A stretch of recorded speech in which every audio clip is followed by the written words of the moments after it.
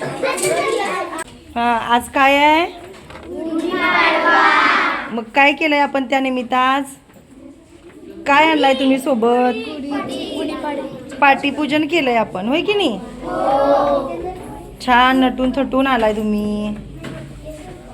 पाटीवर छान गुढी काढून आणल्या, चित्र काढून आणले, होय की नाही?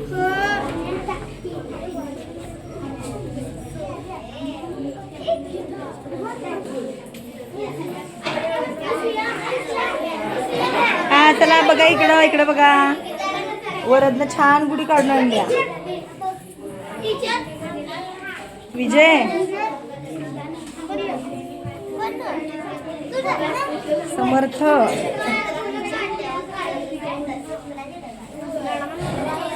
आज तुम्हाला सुट्टी असून देखील आपण शाळेमध्ये तुम्हाला उपस्थित राहायला सांगितलं. का सांगितलं तर आज काय आहे? गुढीपाडवा आहे. गुढीपाडवा म्हणजे काय माहिती आहे तुम्हाला? कुणाला माहिती आहे रे? सांग मला. वर्षाचा पहिला दिवस. सांग. अरे वा वा, छान. मराठी वर्ष जसं आपलं इंग्रजी वर्ष चालू होतं कधी जानेवारीमध्ये होतं का नाही? 1 जानेवारीला आपण 1 डिसेंबर साजरा करतो. गेल्या वर्षाला आपण निरोप देतो आणि 1 जानेवारीपासून नवीन वर्षाची इंग्रजी वर्षाची सुरुवात होते. त्याप्रमाणे गुढीपाडव्या दिवशी आपल्या मराठी नवीन वर्षाची सुरुवात होते. लक्षात आलं काय? मग मराठी नवीन वर्षाची सुरुवात आजचा पहिला दिवस तो चैत्र महिन्याची सुरुवात. तुम्हाला माहिती आहेत ना मराठी महिने? जसे इंग्रजी महिने जानेवारी ते डिसेंबर आहेत तसे मराठी महिने कोणाला माहिती आहेत रे? कुणाला येतात मराठी महिने? किती महिने आहेत मराठी महिने? किती आहेत महिने? 12. पहिला महिना कोणता आता चालू आजपासून? सांगा बघू मराठी महिन्याची नावे कोणाला येतात? सांग. थांबा एकटा सांगू दे. चैत्र, वैशाख, ज्येष्ठ, आषाढ, श्रावण, भाद्रपद, आश्विन, कार्तिक, मार्गशीर्ष, पौष, माघ, फाल्गुन. बरोबर आहे. छान छान सांगितले बघा. टाळ्या वाजवत. दुसरीला आहे. छान छान छान. काय होतंय बघा, इंग्रजी महिन्याची तुम्ही नावं सांगताय जानेवारी, फेब्रुवारी, मार्च, एप्रिल, परंतु मराठी महिन्याची तुम्हाला बऱ्याच विद्यार्थ्यांना नावं सांगता येत नाही. आपण मराठी आहोत का नाही? मराठी सगळं आपल्याला आपली मातृभाषा मराठी आहे. लक्षात आलं का? त्यामुळं मराठी महिन्यांची नावही आपल्याला माहिती पाहिजे.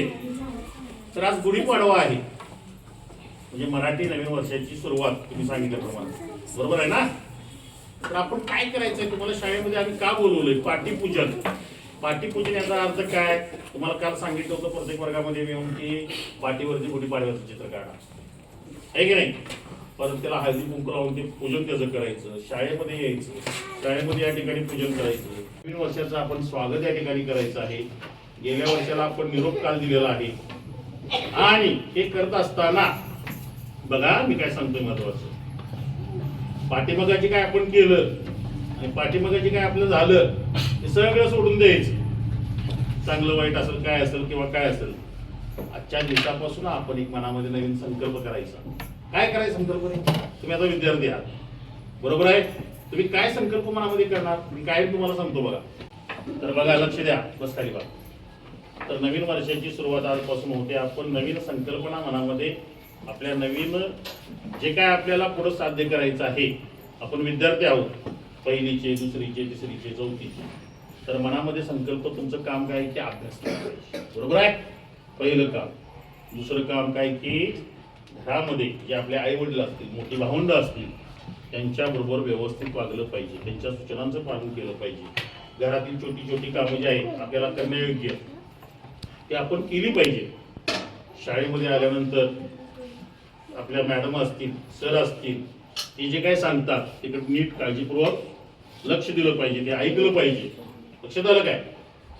हा एक संकल्प तुम्ही विद्यार्थी या नात्यानं हा संकल्प तुम्ही मनामध्ये दृढ केला पाहिजे. लक्षात आलं काय?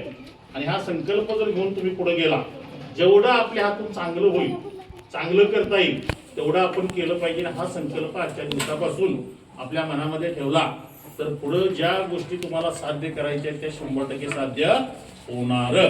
लक्षात आलं काय? छोट्या छोट्या गोष्टी मी तुम्हाला काही वारंवार सांगतो बघा, सकाळी उठल्यानंतर आपण वाचन केलं पाहिजे, आहे की नाही? थोडा वेळ अभ्यास केला पाहिजे, दप्तर वगैरे नीट भरलं पाहिजे, शाळेला वेळेत आलं पाहिजे, आहे की नाही? शाळेमध्ये आल्यानंतर अभ्यास मॅडम सांगतात, सर सांगतात, तिकडे लक्षपूर्वक काळजीपूर्वक ते सगळं ऐकलं पाहिजे. मराठी वर्षाची सुरुवात आजपासून होते.